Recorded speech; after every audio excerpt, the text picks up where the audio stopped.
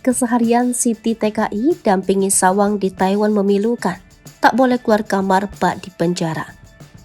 Keseharian Siti TKI yang mendampingi anak majikan disabilitas ke Taiwan kini memilukan. Seperti diketahui, saat ini Siti berada di Taiwan dalam rangka memulangkan anak majikannya Sawang. Siti dengan berat hati memulangkan Sawang ke Taiwan karena menghormati kebijakan negara. Setelah 4 tahun dirawat di Indonesia, Siti dan Sawang tiba di Taiwan pada Selasa 6 Juli 2023 malam. 3 hari berada di Taiwan, Siti berbagi momen kesehariannya. Namun mengejutkan, Siti dan Sawang tidak diperbolehkan untuk keluar. Keadaan itu membuat Siti sedih karena seperti terpenjara. "Aku nggak boleh keluar dari kamar saja nggak boleh. Jalan-jalan juga di dalam," kata Siti. Siti juga mengakui tidak boleh bertemu dengan siapapun selama 5 hari pertama di Taiwan.